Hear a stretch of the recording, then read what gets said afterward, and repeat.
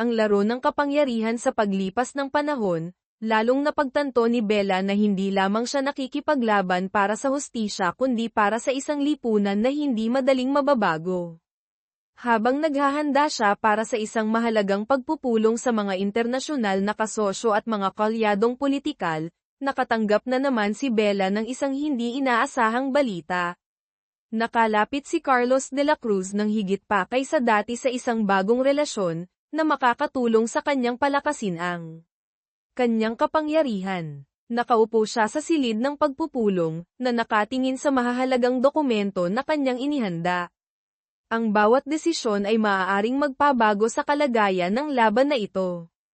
Nauunawaan ng lahat ng tao sa silid na kung hindi kikilos si Bella ng mabilis, babawiin ni Carlos ang kontrol hindi lamang sa politika kundi pati na rin sa buong ekonomiya. Sa pulong, tumayo si Rafael Alvarez, ang kasamahan ni Bella, at nagsabi, hindi natin maaaring hayaan ang mga puwersang ito na makontrol na naman. Hindi lamang tayo aasa sa media at mga kampanya. Kailangan nating lumikha ng pagbabago mula mismo sa puso ng bansang ito, upang gawing sandata laban sa kanila ang kapangyarihan ng mga tao. Gayunpaman, hindi maiwasan ni Bella na makaramdam ng tensyon. Bagaman marami ng hakbang ang nagawa, alam niyang hindi pa rin sila tuluyang nagtatagumpay. Palaging naghahanap ng paraan ang mga pangunahing tao sa dilim upang bumalik, at hindi kailanman magtatapos ang laban na ito kung hindi siya kikilos ng determinado at mabilis.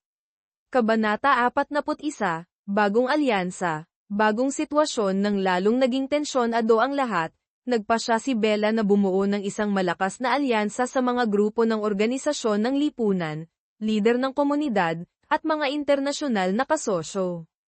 Ito ay hindi lamang ang laban para sa hustisya kundi pati na rin ang laban upang baguhin ang sistema na matagal nang nananaig. Isa sa mga mahahalagang hakbang sa estratehiyang ito ay ang pakikipagtulungan sa pagitan ni Bella at Nina Gutierrez, isang kilalang aktibista sa larangan ng karapatang pantao at kalayaan ng pamamahayag. Matagal na si Nina na nakatayo laban sa mga puwersang politikal sa bansa at internasyonal, at sa pagkakataong ito, sumang-ayon siyang makipagtulungan kay Bella upang wasakin ang mga network ng kapangyarihan ni Carlos. Bella, ipinaglaban ko ang mga halagang ito sa buong buhay ko. At ngayon, sasamahan kita upang baguhin ang buong sistema, sabi ni Nina kay Bella sa isang lihim na pagpupulong. Ang ginagawa natin ay hindi lamang para sa atin, kundi para sa mga susunod na henerasyon, para sa kalayaan at hustisya. Sa suporta ni Nina at ang kanyang mga kaibigan, naghanda si Bella para sa isang malawakang kampanya upang pigilan si Carlos at ang mga madilim na puwersa ng lipunan. Alam niyang magkakaroon ng maraming hamon at pagdurusa sa paglalakbay na ito, ngunit hindi maaaring huminto si Bella. Napagdaanan na niya ang napakaraming sakit, at sa pagkakataong ito, hindi siya titigil hanggat hindi niya nakukuha ang tunay na hustisya. Kabanata 42, ang tiyak na atake sa wakas. Matapos ang maraming linggo ng paghahanda araw at gabi, nagsimula ang kampanya ng pag-atake ni Bella sa network ng kapangyarihan ni Carlos. Sina Bella, Leandro, Rafael, Nina at ang kanilang mga kaalyado ay bumuo ng isang maingat na plano upang lapitan ang mahahalagang kasosyo ni Carlos sa pamahalaan, mundo ng negosyo, at mga puwersang armado. Nagsimula sila sa isang malawak na pagsisiyasat sa mga lihim na aktibidad ni Carlos, mula sa money laundering hanggang sa pakikilahok sa mga malabong transaksyong pampolitika. Binalikan nila ang bawat dokumento, bawat talaan ay naglalaman ng mga madilim na katotohanan na sinubukan itago ng pamilya ni Carlos. Nang handa na ang mga ebidensya, nagpasya si Bella na mag-organisa ng isang espesyal na press conference upang isapubliko ang lahat ng katotohanan. Sa press conference, nakatayo si Bella sa harap ng libu-libong reporter, puno ng determinasyon at lakas ang kanyang mga mata. Ngayon, hindi lamang tayo humaharap sa isang individual. Humaharap tayo sa isang sistema ng korupsyon at pang-aapi na kailangan nating pabagsakin. Ang pamilya ni Carlos de la Cruz, kasama ang kanyang mga kasabwat, ay hindi maaaring patuloy na manipulahin tayo. Ipinagpatuloy ni Bella ang pagpapakita ng mga dokumento at video na nagtatala ng mga ilegal na gawain ni Carlos at ang kanyang mga kaalyado, na ilalabas ang mga madilim na lihim. Kabanata 43, Huling gabi ni Carlos sa direktang pag-atakeng ito, walang magawa si Carlos at ang kanyang mga kasabwat kundi harapin ang pagkabigo. Nakialam ang mga awtoridad, at ang paglawak ng investigasyon ay nagdulot kay Carlos na hindi niya matakasan ang kanyang krimen. Sa wakas, siya ay dinakip, at ang kanyang mga kaalyado sa gobyerno ay dinala rin sa katarungan. Tumingin si Bella mula sa malayo, walang anumang pakiramdam ng paghihiganti. Alam niya na ito ay bahagi lamang ng mahabang paglalakbay. Bagaman natalo si Carlos, nananatili pa rin ang ibang mga puwersa. Ngunit sa bawat tagumpay, nakikita ni Bella na nagiging mas malakas siya, hindi lamang dahil sa katarungan kundi dahil din sa mga halaga na ipinaglaban niya sa mahabang panahon. Kabanata 44, Pangako sa sarili. Matapos harapin ang pagbagsak ni Carlos de la Cruz at ang kanyang mga kasabwat, nakaramdam si Bella ng kaunting ginhawa, ngunit napagtanto rin na hindi pa tapos ang kanyang laban. Bagaman nailabas na sa liwanag ang pamilya Santos, ngunit ang iba pang mga puwersa, ang mga nasa ilalim ng lipunan ay patuloy pa ring umiiral, palaging naghahanap ng paraan upang hilahin ang kapangyarihan at manipulahin ang politika. Sa paglipas ng mga araw, naramdaman ni Bella ang tensyon sa kanyang puso, at kung minsan, nagtatanong siya kung talagang kaya niyang baguhin ang lahat. Isang gabi, habang nag-iisang nakaupo sa kanyang opisina, tumingin siya sa labas ng bintana at sinabi sa kanyang sarili na hindi siya maaaring huminto.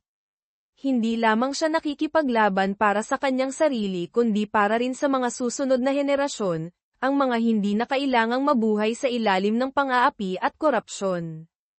Hindi makukuha ang katarungan ng madali, sinabi ni Bella sa kanyang sarili. Ngunit hindi ako uurong. Oras na para lumaban ako para sa isang kinabukasan na karapat-dapat sa atin. Kabanata 45, Bagong banta. Habang naghahanda si Bella para sa susunod na mga plano, nakatanggap siya ng isang hindi inaasahang balita. Si Carlos de la Cruz, kahit na naaresto na, ngunit hindi madaling sisuko ang kanyang mga kaalyado sa mga lihim na organisasyon at iba pang mga pamilya ng negosyante. Isa sa mga makapangyarihang grupong ito ay ang The Coalition, isang lihim na alyansa sa pagitan ng mga pamilya ng negosyante, politiko, at mga internasyonal na organisasyon ng krimen. Bella, ang grupo ng The Coalition ay nagpapakana upang muling itayo ang lahat. Ayaw nilang mawala ang kapangyarihan. Narinig ko ang impormasyon na maaaring humarap tayo sa isang malawakang pag-atake, sabi ni Leandro sa telepono. Puno ng pag-aalala ang kanyang boses. Sinimulan na nilang muling ayusin ang kanilang mga network ng negosyo at politika upang labanan tayo. Naramdaman ni Bella na ang laban na ito ay hindi lamang ang pagharap sa isang individual kundi isang ganap na laban-laban sa sistema, isang sistema na nakaugat na sa lipunan at lumilikha ng mga puwersa na hindi madaling labanan ng sinuman. Tumingin siya sa mga dokumento sa mesa. Nag-iisip tungkol sa mga susunod na hakbang. Hindi natin sila maaaring hayaang magkaroon ng pagkakataong tumayo muli. Maghanda tayo para sa pagtugon, sabi ni Bella, puno ng determinasyon ang kanyang boses. Kailangan nating basagin ang kanilang alyansa mula mismo sa mga lihim na organisasyon na ito. Kabanata 46, Lihim na usapan. Nagpasya si Bella na magsimula sa isang bagong estratehiya upang harapin ang The Coalition. Nilapitan niya ang ilang mga hindi panggobyernong organisasyon, mga aktivista ng karapatang pantao, at mga politikong may impluwensya. Ang kanyang layunin ay ang bumuo ng isang malawak na network, na kayang magkasamang basagin ang sistemang ng lihim na kapangyarihan na umiiral. Isa sa mga taong nilapitan ni Bella ay si Senator Rafael Garcia, isang politiko na may malakas na impluwensya sa Kongreso at matagal nang nakikipaglaban laban sa korupsyon. Alam ni Bella na maaaring maging isang mahalagang kaalyado si Rafael sa laban na ito. Sa isang lihim na pagpupulong, tinalakay ni Bella at Rafael ang plano ng pagharap sa The Coalition.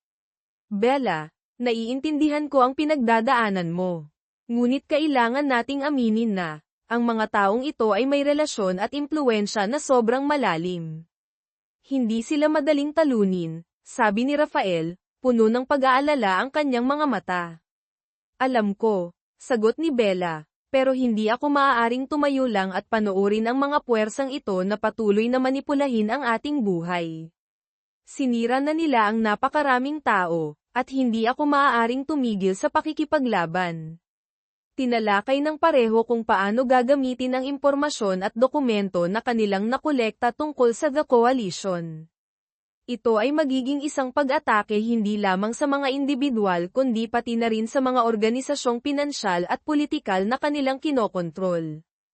Kabanata 47, nasira ang network sa tulong ni Rafael at ng kanyang mga bagong kaalyado. Sinimulan ni Bella na ilunsad ang kanyang plano ng pag-atake sa mga network ng mga pamilya ng negosyante at politika ng The Coalition. Hindi lamang niya ginamit ang mga estratehiya sa media kundi nagsagawa rin siya ng mga malawakang pagsisiyasat upang ilantad ang katotohanan tungkol sa mga lihim na relasyong ito. Ngunit nang tila maayos na ang lahat, nakatanggap si Bella ng isang malaking pagkabigla. Si Marco, ang kanyang malapit na kaibigan at ang kanyang kasama sa buong laban, ay dinukot. Ang pamilya Santos at The Coalition ay tila hindi tanggap ang pagkabigo at gustong gawin ang lahat upang pigilan si Bella. Hindi pwedeng mawala si Marco. Kailangan nating kumilos kaagad, sabi ni Bella, puno ng determinasyon ang kanyang mga mata. Hindi nila tayo maaaring talunin, hindi nila ako maaaring takutin sa ganitong paraan. Sa tulong ni Rafael, nagpasya si Bella na mag-organisa ng isang operasyon ng pagliligtas kay Marco at atakihin ng direkta ang The Coalition. Nauunawaan niyang ito ay isang laban na hindi maaaring iwasan, at kailangan niyang kumilos ng mabilis upang iligtas ang mga taong mahal niya. Kabanata 48, ang pasyang. Pagliligtas sa madilim na gabi, sina Bella, Rafael, at ang kanilang koponan ay naghanda para sa isang mapanganib na operasyon ng pagliligtas. Mayroon silang impormasyon tungkol sa kung saan nakakulong si Marco, isang lihim na lokasyon sa labas ng lungsod ng Maynila. Alam ni Bella na maaaring magkaroon ng panganib ang bawat plano, ngunit wala na siyang ibang pagpipilian. Nang pumasok ang koponan ni Bella sa lugar kung saan ikinulong, naging tense ang lahat. Kinailangan nilang harapin ang mga armadong tauhan ng The Coalition, at naging malupit ang labanan. Gayunpaman, hindi natakot si Bella. Kinakalkula ng mabuti ang bawat hakbang niya, at alam niyang kung hindi niya nailigtas si Marco, babagsak ang lahat ng plano. Sa wakas, matapos ang isang tensyonadong labanan, nailigtas ni Bella at ng kanyang grupo si Marco. Si Marco, bagaman nasugatan, ay buhay pa rin. Nagpasalamat siya kay Bella, puno ng emosyon ang kanyang mga mata. Salamat, nailigtas mo ako, sabi ni Marco, puno ng emosyon ang kanyang boses. Ngumiti lamang si Bella. Mayroon pa tayong isang laban, Marco. At sa pagkakataong ito, hindi tayo titigil hanggat hindi tayo lubusang nagtatagumpay. Kabanata 49, huling laban matapos iligtas si Marco. Alam ni Bella na hindi na maaaring magpaliban pa. Hindi titigil ang The Coalition hanggat hindi nila nababawi ang kapangyarihan, at hindi maaaring hayaan ni Bella na mangyari iyon. Umabot na sa tugatog ang laban na ito. Sa pagkakataong ito, naghanda si Bella na atakihin ng direkta ang sentro ng kapangyarihan ng The Coalition, na ilalantad ang lahat ng lihim at ilalabas ang lahat ng kurakot na tao. Sila at ang kanyang mga kaibigan ay nagplano ng maingat na isapubliko ang lahat ng dokumento, lahat ng kailangang ebidensya upang palayain ang bansa mula sa manipulasyon ng mga pamilya ng negosyante. Malapit na tayo sa desisyong laban, kung saan kailangang harapin ni Bella ang mga huling puwersang makapangyarihan. Kabanata 50, huling bagyo. Malapit na ang huling araw ng laban. Nakatayo si Bella sa kanyang silid-aralan, na tinitingnan ang malaking mapa sa dingding. Naroon ang lahat ng mahahalagang lokasyon, ang mga relasyon sa pagitan ng mga taong may kapangyarihan na kailangan niyang harapin. Hindi na siya maaaring umatras. Inihanda na ang lahat, at nakolekta na ang lahat ng ebidensya. Matatapos ang laban na ito, at kailangan niyang magdesisyon kung siya ang mananalo o mawawala ang lahat. Wala na tayong oras, sabi ni Rafael, na pumapasok na may hawak na isang talaan ng mga dokumento. Nagpaplano si Carlos at ang The Coalition na atakihin ang mga ahensya ng gobyerno, na nagdulot ng gulo sa lipunan. Gusto nilang lumikha ng isang malaking krisis upang mabawi ang kapangyarihan. Tiningnan ni Bella si Rafael, maliwanag ang kanyang mga mata. Hindi natin hahayaang mangyari iyon. Dapat tapusin ang laban na ito ngayon. Humarap siya sa kanyang grupo, Marco, Leandro, Nina at ang kanyang mga kasamahan. Nauunawaan ng lahat sa silid na ito ang magiging pinakamalaking laban sa buhay nila. May mahalagang papel ang bawat isa, at alam nilang tanging sa pagkakaisa nila malalampasan ang mga malalakas na puwersang ito. Kabanata 51, Balot ng Dilim. Sa tulong ng mga mahalagang kaalyado, sina Bella at ang kanyang team ay naghanda para sa huling operasyon. Sa pagkakataong ito, hindi lamang sila umaatake sa mga lihim na relasyon kundi nililiwanagan din ang mga malalaking lihim na itinago ng The Coalition at iba pang mga pamilya ng negosyante. Bumaba ang gabi, at nagsimulang kumilos ang mga miyembro ng grupo ni Bella. Si Leandro kasama ang isang grupo ng mga sikat na reporter ay isa sa publiko ang mga dokumento tungkol sa mga malabong transaksyon ng mga pamilya ng negosyante sa internasyonal na media. Sina Nina at ang mga aktivista ng karapatang pantao ay maglulunsad ng isang malawakang kampanya upang hikayatin ang mga tao na sumali at suportahan ang hustisya. Sina Marco at Rafael ay sasali sa legal na laban, na naghahanda na dalhin si Carlos at ang kanyang mga kasabwat sa korte. Habang pinapatupad ng lahat ang plano, nakatayo si Bella sa harap ng salamin. Nagtataka kung ito na ang huling pagkakataon na kailangan niyang harapin ang mga taksil at madilim na kapangyarihan. Malayo na ang kanyang nilakbay mula nang simulan ang laban na ito, ngunit alam niyang ito ang pinakamahalagang sandali sa kanyang buhay. Kung mabibigo siya, ang lahat ng kanyang ipinaglaban ay babagsak. Hindi maaaring mabaygo, bulong ni Bella. Hindi ngayon. Kabanata 52, ang tiyak na atake kinabukasan. Nang sumikat ang unang liwanag ng umaga sa bintana, naroon na sina Bella at ang kanyang grupo sa sentro ng kapangyarihan ng The Coalition. Nagsimula ang huling paghaharap. Alam ni Bella na ito ang magiging desisyong labanan, kung saan ang lahat ng lihim ay may lalantad. Nakatayo siya sa control room, tinitingnan ang kanyang mga kaalyado, at mahinang nagsalita, ito na ang oras na kailangan nating manindigan. Walang babalikan. Sa suporta mula sa mga puwersa ng media, politika at mga organisasyon ng lipunan, sinimulan ni Bella na ilantad ang lahat ng pakana ng The Coalition. Ang mga ebidensya at dokumento tungkol sa korupsyon, krimen at ang kanilang mga lihim na relasyon ay nagsimulang lumabas sa lahat ng mga istasyon ng telebisyon sa bansa at internasyonal. Sina Leandro at ang kanyang koponan ng mga reporter ay nagsimulang mag-broadcast ng live ang mga lihim na pagpupulong ni Carlos at ang kanyang mga kaalyado. Ang mga larawan at video tungkol sa mga malabong transaksyong pinansyal, mga tawag ng panunuhol at mga planong kurakot ay ipinapakita sa publiko.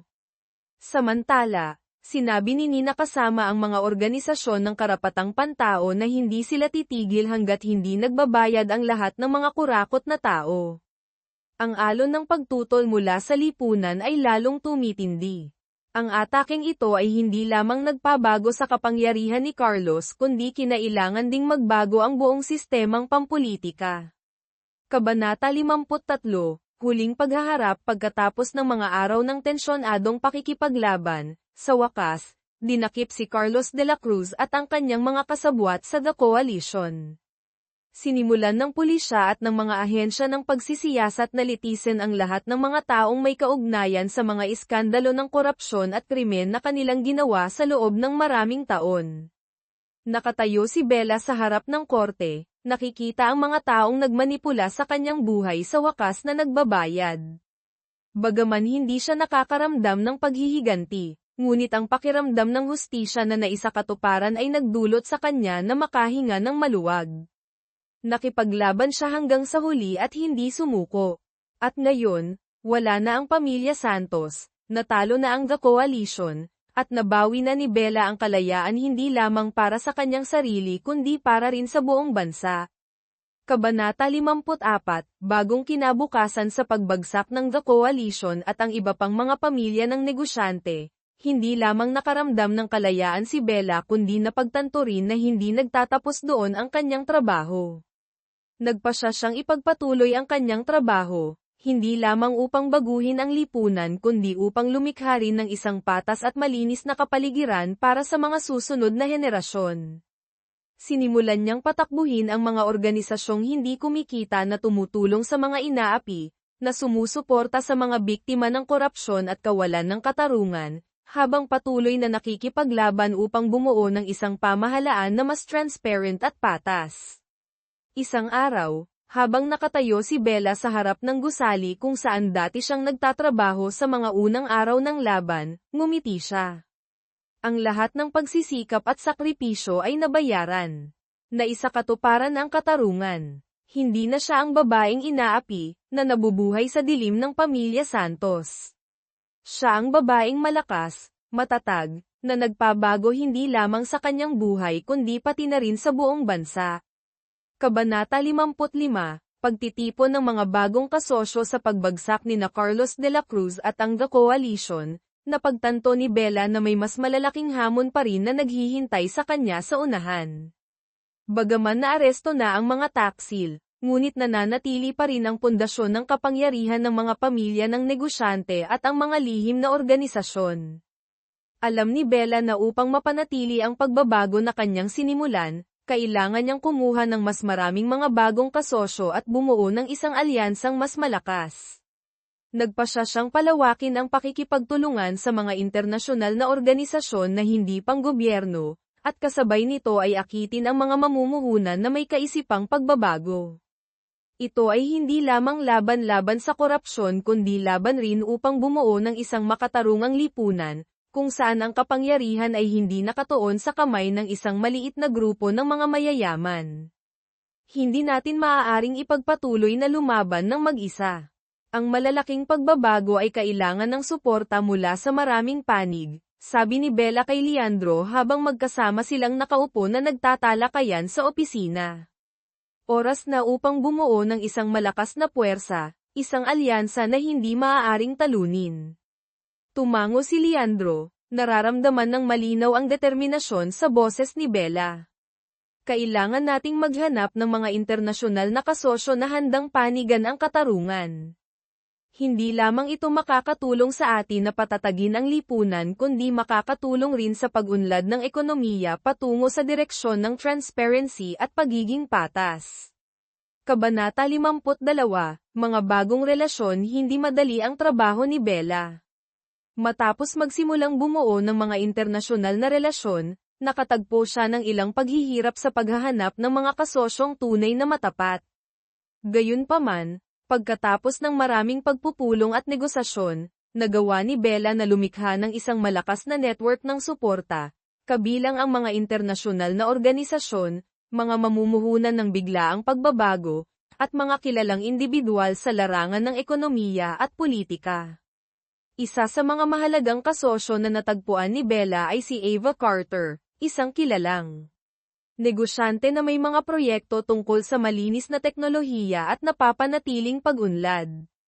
Si Ava ay isang babaeng masigasig, matalino at labis na maimpluwensya sa mundo ng negosyo. Ginugol niya ang kanyang buong karera sa paglaban sa pagkasira ng kapaligiran at paghahanap ng mga napapanatiling solusyon upang umunlad ang ekonomiya nang hindi nakakasira sa kalikasan. Kaya nating gumawa ng malalaking bagay, Bella, sabi ni Ava sa isang lihim na pagpupulong. Kaya nating baguhin kung paano gumagana ang mga kumpanya, na dinadala sila sa napapanatiling landas. At kung magtatagumpay tayo dito, hindi lamang ang inyong bansa kundi ang buong mundong ito ang magbabago.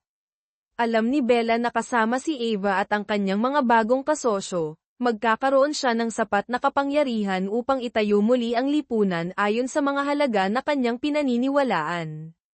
Ngunit upang isakatuparan ang mga pagbabagong ito, kailangan niyang makipaglaban sa mga lumang puwersa, ang mga natitirang pamilya ng negosyante na patuloy pa ring nagpapakana ng manipulasyon. Kabanata 53, Mga bagong paghaharap sa nagaganap na pagbabago sa lipunan. Hindi inaasahan ni Bella na, sa dilim, ang ibang mga pamilya ng negosyante ay unti-unting bumabangon at naghahanda na labanan muli siya. Isa sa mga pamilyang iyon ay ang pamilya Ortega, ang mga taong nasa likod ng maraming iskandalo sa pananalapi sa nakaraan ngunit pinanatili pa rin ang napakalaking kapangyarihang pang-ekonomiya.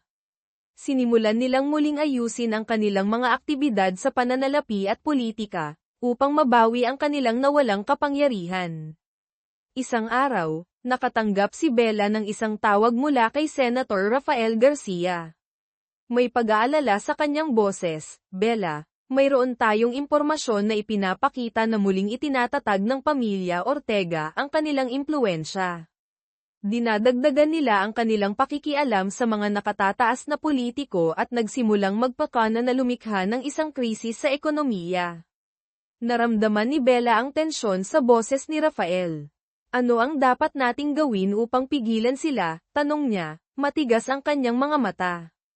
Sumagot si Rafael, kailangan ng matalinong estratehiya, Bella. Ang pamilya Ortega ay hindi lamang malakas sa pananalapi kundi mayroon ding malawak na relasyon sa mga taong nangunguna sa mga estratehikong industriya. Hindi tayo maaaring humarap ng direkta nang walang ebidensya.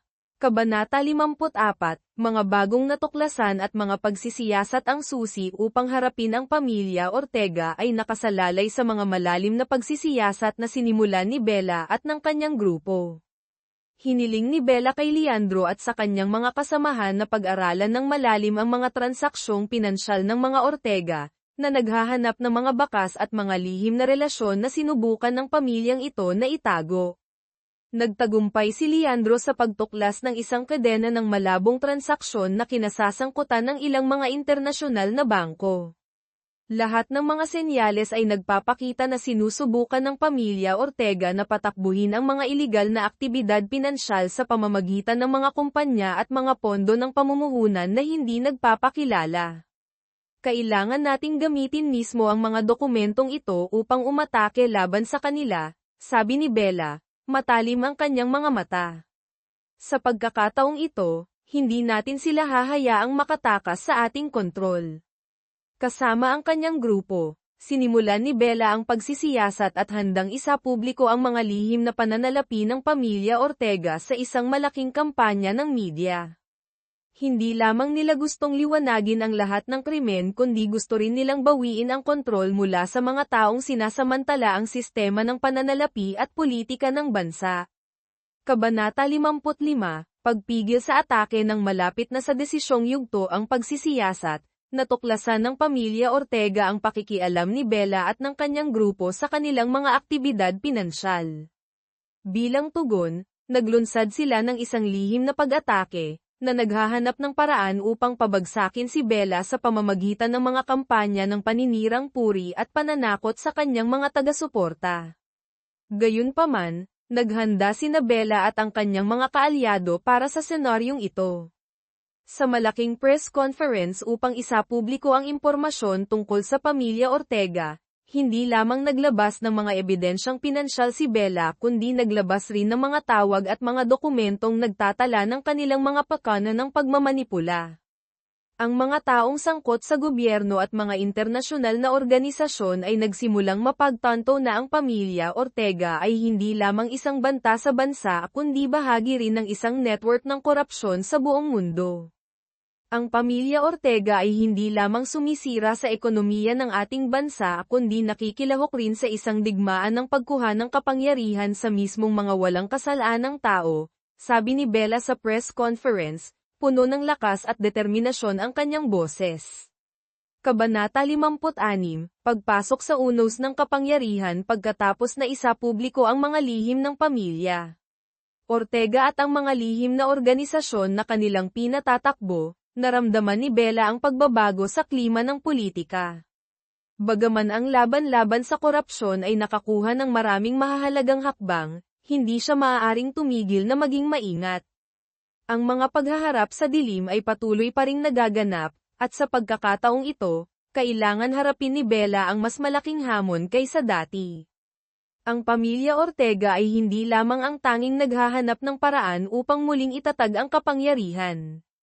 Ang ibang mga pamilya ng negosyante, na nagkaroon ng banta pagkatapos ng pagbagsak ni Carlos de la Cruz, ay tahimik ring muling bumubuo ng kanilang mga puwersa. Napagtanto ni Bella na nakaharap siya sa isang network ng kapangyarihan sa buong mundo, hindi lamang sa sakop ng bansa. Bella, tatanggap ko lang ng balita mula sa isang mapagkakatiwalaang source, sabi ni Leandro, may pag-aalala sa kanyang mga mata habang nakatayo sa harap niya.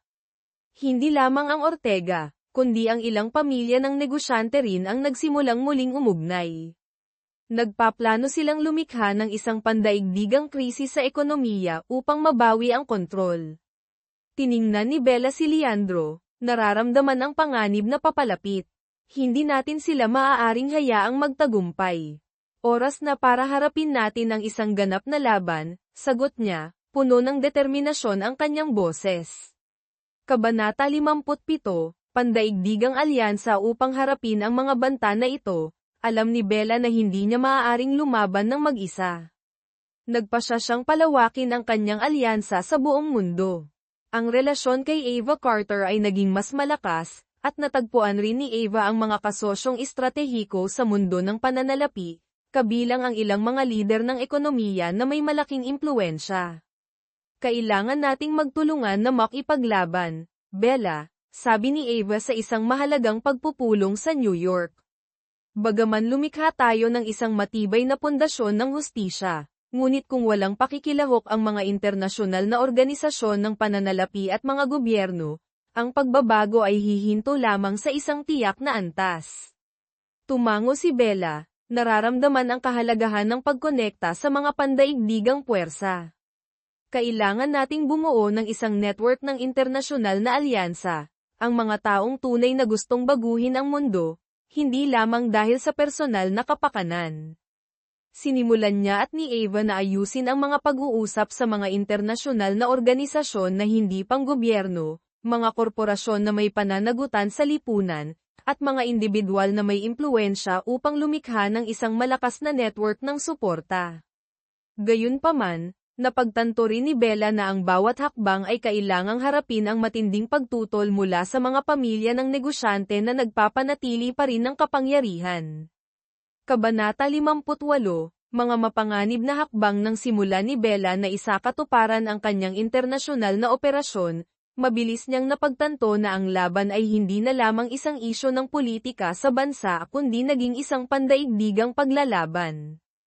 Ginagamit ng mga pandaigdigang pamilya ng negosyante ang lahat ng paraan, mula sa media hanggang sa mga lihim na relasyong pampolitika, upang pahinain ang kanyang mga pagsisikap. Habang nagaganap ang mga pag-uusap at kampanya ng media, kinailangan harapin ni Bella at ng kanyang grupo ang isang walang tigil na pag-atake mula sa mga reaksyonaryong grupo. Isa sa mga bagong atake ay ang mga pampublikong pag-boycott sa mga organisasyon na nakikipagtulungan si Bella. Nagsimula nang magbalita ang mga internasyonal na media ng maling impormasyon tungkol sa kanya at sa kanyang mga kaalyado, na nagpahina sa tiwala ng publiko. Bella, tila niloloko tayo. Lumilikha ang mga grupong negosyante ng mga tsismis, at tila ang lahat ay nakalaban sa atin, sabi ni Leandro sa telepono nang makatanggap ng balita mula sa mga kasosyo. Kailangan nating harapin ito kaagad, sagot ni Bella, hindi natatakot. Hindi natin sila hahayaang manalo. Hindi lamang ito laban natin kundi ang laban ng lahat ng inaapi. Kabanata 59, Kailangang ilabas sa liwanag ang katotohanan hindi lamang ang labang politika. Ngayon kinailangan harapin ni Bella at ng kanyang grupo ang mga pag-atake sa network. Ang mga hacker ay inupahan upang atakihin ang mga sistema ng computer ni Bella, na ginugulo ang kanyang trabaho at ninanakaw ang mahahalagang impormasyon. Gayunpaman, hindi hinayaan ni Bella na hadlangan nito. Nakipag-ugnayan siya kay Damian, isang kilalang eksperto sa seguridad sa network, na tumulong na protektahan ang kanyang data at sistema. Bella, ito ay isa sa pinakamalaking pag-atake sa network na nakita namin, ngunit hindi namin hahayaang bumigay kami. Tutulungan ka ng koponan ko na mabawi ang data at labanan ang mga pag-atakeng ito, sabi ni Damian nang matanggap ang hiling mula kay Bella. Salamat Damian. Kailangan nating gawin ang lahat upang hindi tayo mapabagsak ng mga taksil. Lahat ng impormasyon tungkol sa pamilya Ortega at ang mga lihim na organisasyon ay kailangang ilabas sa liwanag, sabi ni Bella na may determinasyon. Ipinagpatuloy niya ang pakikipaglaban, hindi lamang sa pamilya Ortega kundi sa isang network ng kapangyarihan sa buong mundo. Ang mga dokumento, ebidensya at ang mga internasyonal na pag-uusap ay unti-unting inilalabas ang mga pakana ng mga pamilya ng negosyante. Bawat hakbang ni Bella ay isang hakbang na papalapit sa huling tagumpay. Kabanata 60, ang sandali ng pasya habang tumitindi ang internasyonal na laban, nakatanggap si Bella ng isang mahalagang impormasyon mula kay Ava Carter. Bella, maaaring natagpuan natin ang butas sa plano ng pamilya Ortega. May mga dokumentong napakahalaga na sinubukan nilang itago, at kung isa sa publiko natin, hindi lamang ang pamilya Ortega kundi ang iba pang mga pamilya rin ang kailangang harapin ang hustisya. Nagpasya si Bella na dumating na ang panahon upang tapusin ang lahat. Sinimulan niyang maghanda para sa atake sa tiyak sa mga internasyonal na ahensya sa pananalapi at organisasyon na may kaugnayan sa pamilya Ortega. Ang mga pag-uusap sa mga internasyonal na organisasyon ay malapit nang matapos, at ngayon isa sa katuparan ni Bella ang huling hakbang ng kanyang kampanya. Kabanata 61, pangalawang pagkakataon ng paghaharap ng lahat ng mga bagay ay naihanda na para sa tiyak na atake sa pamilya Ortega. Napansin ni Bella at ng kanyang grupo ang isang bagay na hindi maaaring balewalain, ang laban na ito ay hindi lamang laban sa mga pamilya ng negosyante, kundi ang laban rin upang mabawi ang kinabukasan para sa lipunan, para sa mga taong inaapi sa loob ng maraming taon. Sa pamamagitan ng paglapit sa mga internasyonal na organisasyon, bumuo si Bella ng isang komprehensibong estratehiya, hindi lamang upang ilantad ang mga lihim na relasyon ng pamilya Ortega kundi upang alisin din ang buong sistema ng korupsyon, na makakatulong na bumuo ng isang politika na mas malinis. Sa tulong nina Ava Carter at Rafael Garcia, nag-organisa sila ng isang mataas na antas ng pagpupulong kasama ang mga pinunong pampulitika sa internasyonal at mga organisasyong hindi panggobyerno. Ang pagpupulong na ito ay hindi lamang ang huling hakbang ng paghahanda para sa pagsasapubliko ng mga lihim, kundi isang estratehiya rin upang matiyak na ang lahat ay sasali sa laban na ito. Humaharap tayo sa isang malaking hamon, Bella, sabi ni Ava nang magsimula ang pagpupulong. Ngunit naniniwala ako na, sama-sama, kaya nating muling itayo ang isang makatarungang lipunan. Hindi maaaring patuloy na kontrolin ng mga pamilya ng negosyante tulad ng Ortega ang bansang ito. Tiningnan ni Bella ang bawat isa sa silid. Tama, nakipaglaban tayo upang makarating dito. At ngayon, oras na upang tayo ay tumayo at labanan ang lahat ng pakana. Hindi na madaling mabawi ng pamilya Ortega ang kapangyarihan muli. Kabanata 62, huling tabing dumating ang araw kung kailan maghahanda sina Bella at ang kanyang grupo na isapubliko ang lahat ng mga dokumento. Ang mga internasyonal na media ay ipinabatid na tungkol sa malaking press conference, kung saan ihahayag ang mga lihim tungkol sa pamilya Ortega. Nagsimulang mag-alala ang lahat nang mailabas ang katotohanan sa liwanag. Ang mga dokumentong pinansyal, ang mga tawag, at maging ang mga record mula sa mga lihim na pagpupulong ay ipapalabas sa publiko. Naghanda sina Bella at ang kanyang grupo ng isang malakas na estratehiya upang hindi lamang pabagsakin ang pamilya Ortega kundi upang ilantad din ang buong sistema ng madilim na kapangyarihan na kanilang itinayo sa loob ng maraming taon.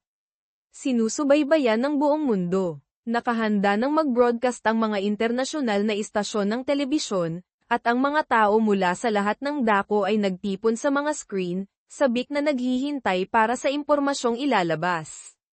Nakatayo si Bella sa podium, puno ng kumpiyansa ang kanyang mga mata, bagaman alam niyang ito ang pinakamahalagang hakbang sa kanyang buhay. Ngayon, hindi lamang tayo nag-aanunsyo ng katotohanan, kundi babaguhin rin natin ang buong lipunan. Ang lahat ng lihim ng pamilya Ortega, ang lahat ng mga lihim na relasyon, ay hindi na magiging lihim. Sa isang tango mula kay Leandro, nagsimula nang ipalabas sa screen ang mga dokumento at record, na inilalantad ang lahat ng madidilim na pakana na itinago ng pamilya Ortega sa loob ng maraming taon. Ang mga iligal na pera, ang mga malabong transaksyon, at ang mga relasyon sa mga politiko sa internasyonal ay dinala sa liwanag. Kabanata 63, huling madilim na gabi kaagad matapos ang press conference, nakatanggap sina Bella at ang kanyang grupo ng isang nakababahalang balita. Si Carlos de la Cruz, ang pinuno ng pamilya Santos, ay muling lumitaw matapos ang isang mahabang panahon ng pagkawala. Hindi lamang siya lumitaw ng palihim, kundi nakipagsanib puwersa rin sa pamilya Ortega upang muling itayo ang kanilang kapangyarihan sa lipunan.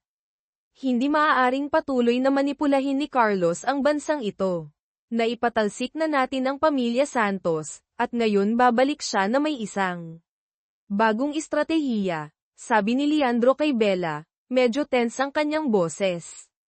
Sinimulan na nilang lumikha ng pagkakabahabahagi sa pagitan ng ating mga taga-suporta. Naramdaman ni Bella ang isang kakaibang alon sa kanyang puso. Si Carlos ay hindi isang madaling kalaban.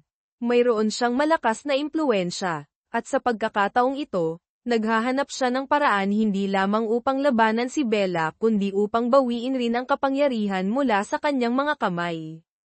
Hindi natin siya maaaring hayaang magtagumpay, sabi ni Bella.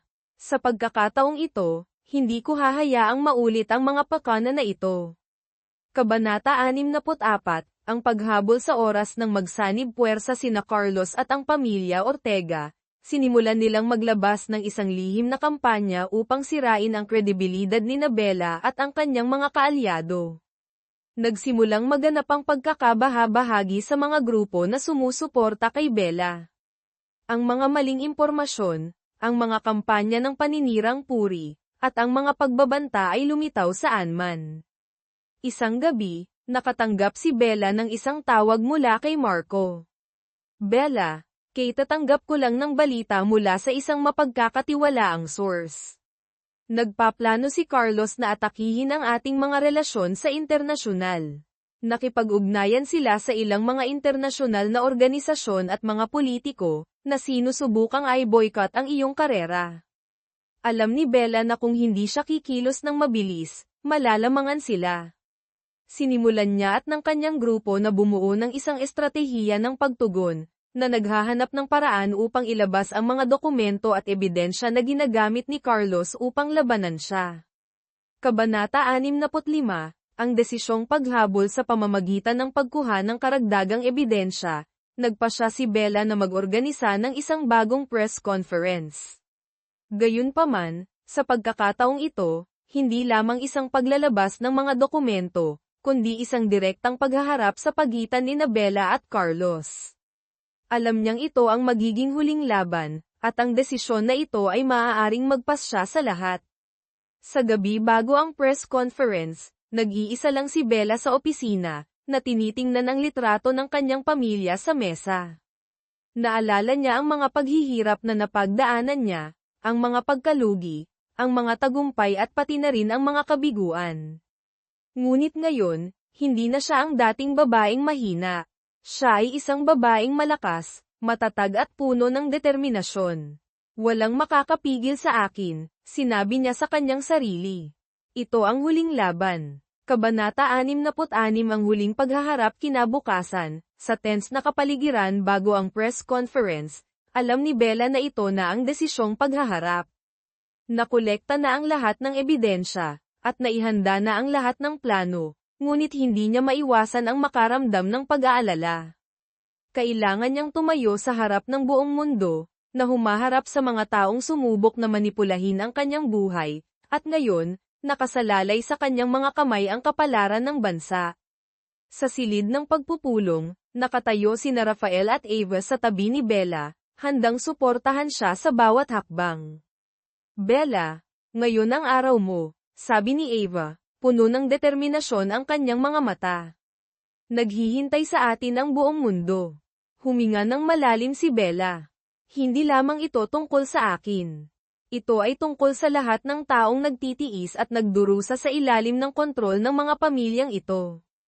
Hindi sila maaaring magpatuloy na magpakaabuso. Kabanata 67, paglalantad ng lahat ng lihim nang magsimula ang press conference, umakyat si Bella sa podium na may kumpiyansa ngunit may tense ring pagpapakita. Naghanda na siyang isapubliko ang lahat ng dokumento na sinubukang itago ng pamilya Ortega, kasama ang mga record at tawag na may kaugnayan sa kanilang pakana. Hindi lamang niya gustong isapubliko ang katotohanan kundi kailangan rin niyang ipaintindi sa buong mundo na hindi maaaring tapusin ang laban na ito hanggat hindi naayos ang lahat. Nakatayo tayo sa harap ng isang revolusyon ng hustisya, panimula ni Bella, na nakatingin sa kamera. Hindi lamang minamanipula ng pamilya Ortega ang sistemang pinansyal ng ating bansa. Lumilikha rin sila ng isang network ng korupsyon, isang sistema ng pang-aapi na matagal nang umiiral. Sa bawat pahina ng dokumento na ipinapakita sa screen, sunod-sunod na inilabas ang mga madidilim na pakana ng pamilya Ortega. Ang mga video tungkol sa mga lihim na pagpupulong, ang mga malabong transaksyong pinansyal at ang mga tawag ng panunuhol ay dinala sa liwanag, na nagdulot sa madla na hindi maiwasang magulat sa korupsyon na kanilang nagawa. Sa buong press conference, hindi lamang naglabas ng mga ebidensya si Bella kundi inuugnay rin niya ang mga ito sa ginagawa ng ibang mga pamilya ng negosyante. Ang bawat sinasabi niya ay maingat na pinipili, at nauunawaan ni Bella na ito ang siyang magiging punto ng pagbabago sa laban na ito. Kabanata 68, Desisyong hakbang. Pagkatapos na matapos ang press conference, nakatanggap si Bella ng impormasyon na nagpaplano si Carlos de la Cruz na tumugon. Dinadamihan niya ang kampanya ng media upang pabulaanan ang lahat ng inilabas ni Bella, habang sinisira ang kredibilidad niya sa mata ng publiko. Hindi natin siya maaaring hayaang mabawi ang kontrol, sabi ni Leandro sa telepono nang matanggap ang balita. Hindi titigil si Carlos. Naramdaman ni Bella ang tensyon sa boses ni Leandro. Kailangan nating harapin siya muli. Ngunit sa pagkakataong ito, hindi lamang tayo magtatagumpay sa paglalabas ng katotohanan sa liwanag. Gagawin natin na wala na siyang puwang sa lipunan. Ngunit alam ni Bella na ang laban na ito ay hindi lamang tungkol sa pagpabayad kay Carlos, kundi tungkol rin sa pagprotekta sa pagbabago na kanyang nilikha. Kinailangan niyang makipaglaban sa napakaraming puwersa sa buong paglalakbay na ito, at ngayon, umabot na sa tugatog ang laban. Kabanata 69, Planong pagtugon sa suporta mula sa mga internasyonal na kaalyado. Nagpasya si Bella na isakatuparan ang isang malakas na estratehiya ng pagtugon. Hindi lamang niya lilinawin ang lahat ng lihim tungkol sa pamilya Ortega kundi kailangan rin niyang ilabas ang lahat ng taong nasa likod ng mga pakana ng korupsyon. Makikita natin na pumapasok si Bella sa isang bagong labanan hindi lamang sa loob ng sakop ng bansa, kundi isang pandaigdigang laban sa mga komplikadong pakana. Nagpasya si Bella na makipagtulungan sa mga organisasyon na hindi panggobyerno upang ilabas ang mga ebidensya sa legal na paraan tungkol sa korupsyon ng mga pamilya ng negosyante. Ito ay magiging malawakang operasyon, at alam ni Bella na magtatagumpay lamang siya kung magkasama ang lahat. Hindi tayo titigil, sabi ni Bella habang nakatayo kasama ang kanyang grupo. Ang laban na ito ay hindi lamang para sa akin, kundi para sa mga halagang itinayo natin. Mananaig ang hustisya. Kabanata 70, Pasyang atake. Habang ipinagpapatuloy ni Bella at ng kanyang grupo ang operasyon ng pagtugon, nagsimulang maramdaman ng pamilya Ortega at ni Carlos de la Cruz ang pressure. Hindi na kayang manipulahin ng mga makapangyarihang taong ito ang lahat tulad ng dati. Nailantad na ang kanilang mga estratehiyang pinansyal, nabunyag na ang kanilang mga lihim na relasyon. Maging ang ilang politiko na may kaugnayan sa pamilya Ortega ay nagsimula ng talikuran sila. Habang nakakamit ng kampanya ni Bella ang ilang partikular na tagumpay, nagsimula ng gumawa ng mas mapanganib na mga hakbang si Carlos.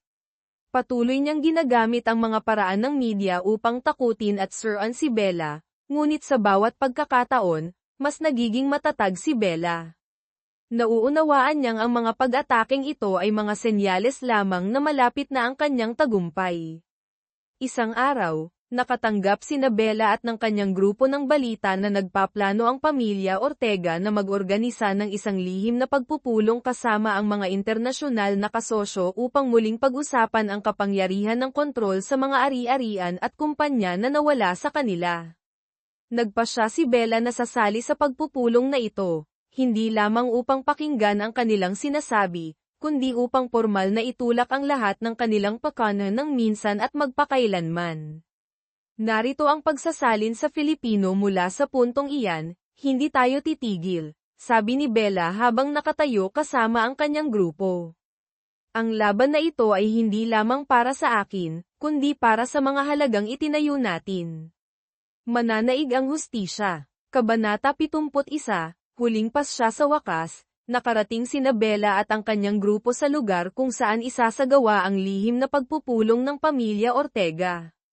Ito ang huling pagkakataon upang tapusin ang laban na ito at kumpletuhin ang kanyang sinimulan.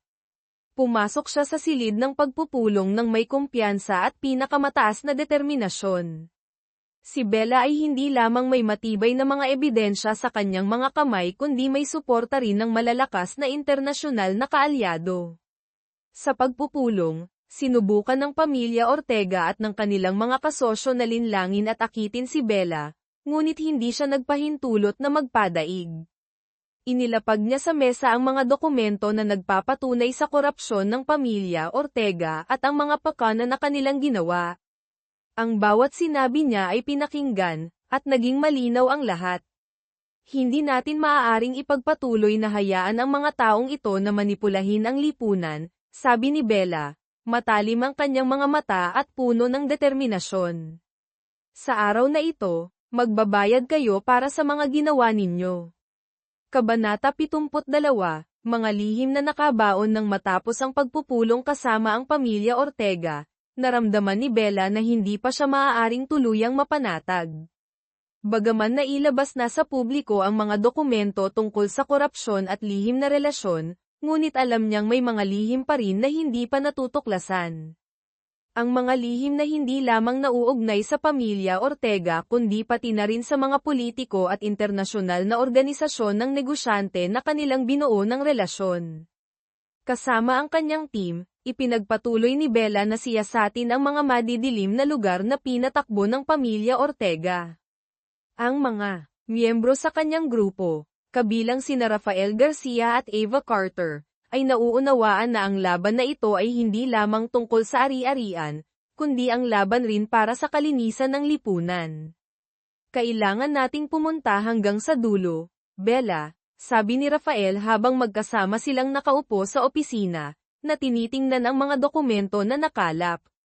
Kung hindi natin gagawin iyon, magkakaroon na naman ng pagkakataon ang mga puwersang ito na tumayo.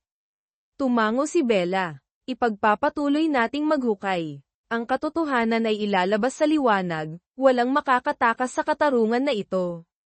Kabanata 73, mga lihim na paghaharap habang ipinagpapatuloy ni Bella at ng kanyang grupo ang pagsisiyasat, natuklasan nila ang isang bagay na nakakagulat. Ang mga subsidiary at mga pondo ng pamumuhunan na itinatag ng pamilya Ortega ay may pakikilahok ng mga individual na lubhang maimpluwensya sa mga mahahalagang industriya.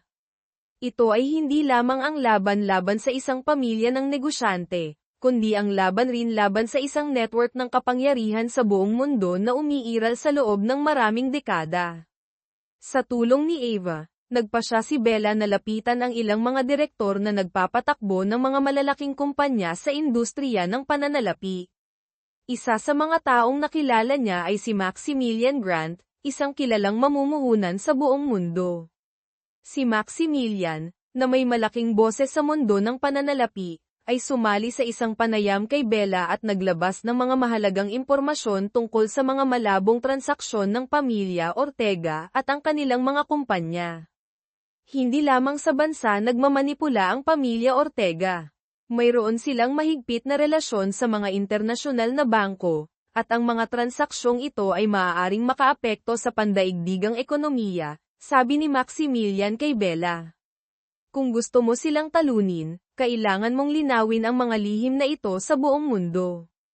Kabanata 74, Paglalantad sa buong tanawin upang ilabas ang mga impormasyong ito sa liwanag, nagpasya si Bella na mag-organisa ng isang internasyonal na pagpupulong, kung saan magbabahagi at susuriin ng magkasama ang mga organisasyong pinansyal, mamumuhunan at mga ahensya ng pagsisiyasat ang mga dokumento na kanyang nakalap. Ang pagpupulong na ito ay hindi lamang isang pagsisiyasat, kundi isang mahalagang hakbang sa estratehiya ni Bella na sirain ang pandaigdigang network ng kapangyarihan ng mga pamilya ng negosyante. Bago maganap ang pagpupulong, kinailangan harapin ni Bella at ng kanyang grupo ang isang malakas na atake mula sa mga lihim na puwersa. Ang mga dokumento ay tumagas, at ang ilang lider ng mga internasyonal na organisasyon na hindi panggobyerno ay nagsimulang magbago ng paninindigan, na naapektuhan ng mga kampanya ng paninirang puri ng pamilya Ortega at iba pang mga grupong may kapangyarihan. Hindi natin sila maaaring hayaang magtagumpay, sabi ni Bella sa kanyang grupo, maliwanag ang kanyang mga mata sa determinasyon. Kailangan nating isapubliko ang lahat ngayon. Lahat ng dokumento, lahat ng record, lahat ng tawag. Ito na ang panahon upang tapusin ang lahat. Kabanata 75, Pagharap sa mga makapangyarihan. Ang internasyonal na pagpupulong ay ginanap sa Geneva, kung saan nagtipon ang mga mamumuhunan, politiko, at mga organisasyong pinansyal upang masaksihan ang pagsasapubliko ng mga mahahalagang dokumento tungkol sa pandaigdigang korupsyon. Pumasok si Bella sa silid ng pagpupulong ng may matatag na kumpiyansa, bagaman alam niyang hindi madali ito. Ang mga taong sumali sa pagpupulong na ito ay hindi lamang may kapangyarihang pinansyal kundi mayroon ding malakas na impluwensya sa pandaigdigang politika. Tumayo siya sa harap ng madla, at hindi nag-atubili ng simulan ang kanyang talumpati. Ngayon, hindi lamang tayo nakatayo sa harap ng isang pamilya ng negosyante. Nakatayo tayo sa harap ng mga puwersang gustong kontrolin ang buong sistemang pinansyal at pampolitika. Ang pamilya Ortega at ang kanilang mga kasosyo ay nagmanipula at nanakit ng milyon-milyong tao, at ngayon, ang lahat ng mga lihim na iyon ay ilalantad. Pagkatapos nito, ang mga dokumento tungkol sa mga malabong transaksyong pinansyal, mga lihim na pagpupulong at mga tawag ng panunuhol ng pamilya Ortega ay ipinakita sa screen. Lahat ng tao sa silid ay natahimik, na nasasaksihan ang kakilakilabot na paglalantad na ito. Kabanata 76, Pandaigdigang krisis. Nang maisapubliko ang katotohanan, nagsimula ng sumabog ang pandaigdigang krisis sa pananalapi. Ang mga malalaking bansa at organisasyong pinansyal ay nagsimulang siyasatin ng malalim ang mga aktibidad pinansyal ng pamilya Ortega at ang mga grupong may kaugnayan sa kapangyarihan. Naguluhan ang sistemang pinansyal sa buong mundo nang malantad ang mga iskandalo. Hindi nakatakas si Carlos de la Cruz at ang kanyang mga kasabwat sa kaparusahan. Gayunpaman, ang laban na ito ay hindi ang ganap na tagumpay. Ang ibang mga pamilya ng negosyante, bagaman apektado, ay naghahanap pa rin ng paraan upang mabawi at muling itayo ang kanilang kapangyarihan. Napagtanto ni Bella na ang laban na ito ay hindi kailanman natatapos, at kailangan niyang ipagpatuloy ang pakikipaglaban upang mapanatili ang katarungan. Kabanata 77, Hinihintay pa rin ang kinabukasan. Bagaman ang tagumpay sa pagkakataong ito ay tila isang malaking hakbang, nauunawaan ni Bella na ang lipunan ay hindi pa ganap na nagbabago. Ang mga pag-atake mula sa mga pamilya ng negosyante at mga puwersa ng lihim na kapangyarihan ay hindi pa rin natatapos. Ngunit nakakaramdam si Bella ng mas mataas na kumpiyansa kaysa dati, dahil alam niyang nagawa niya ang bagay na hindi inaasahan ng sinuman. Sa isang pag-uusap kay Rafael, sinabi ni Bella, "Malayo na ang narating natin, Rafael. Ngunit hindi ako maaaring huminto dito. Kailangan ng bansang ito ng tunay na pagbabago, at ipagpapatuloy nating lumaban. Ngumiti si Rafael. Ikaw ang nangunguna sa laban na ito, Bella. At palagi akong nandito para sa iyo. Kabanata 78, Unos sa ilalim ng lupa. Bagaman ang tagumpay sa pagsasapubliko ng mga dokumento at mga pangyayari ay nagpayanig sa buong mundo, ngunit mabilis na napagtanto ni Bella na hindi madaling tapusin ang laban na ito. Ang mga pamilya ng negosyante, bagaman nailantad, ay mayroon pa ring malaking impluwensya sa ekonomiya at politika sa buong mundo. Hindi madaling talunin ang mga puwersa sa ilalim ng lupa sa isang pagsasapubliko lang. Isang umaga nang sinusuri ni Bella kasama ang kanyang grupo ang mga estratehiya, nagdala si Rafael ng isang nakakabahala balita. Bella, tatanggap ko lang ng impormasyon mula sa mga internasyonal na kasosyo. Mayroong malalaking organisasyon sa pananalapi na naghahanap ng paraan upang mabawi ang lakas. At tahimik na tinutulungan ng ilang mayayamang mamumuhunan mula sa ibang bansa ang mga pamilya ng negosyante na bumangon. Naramdaman ni Bella ang tensyon sa hangin. Alam niya na, bagaman nagtagumpay ang isang bahagi ng estratehiya, ngunit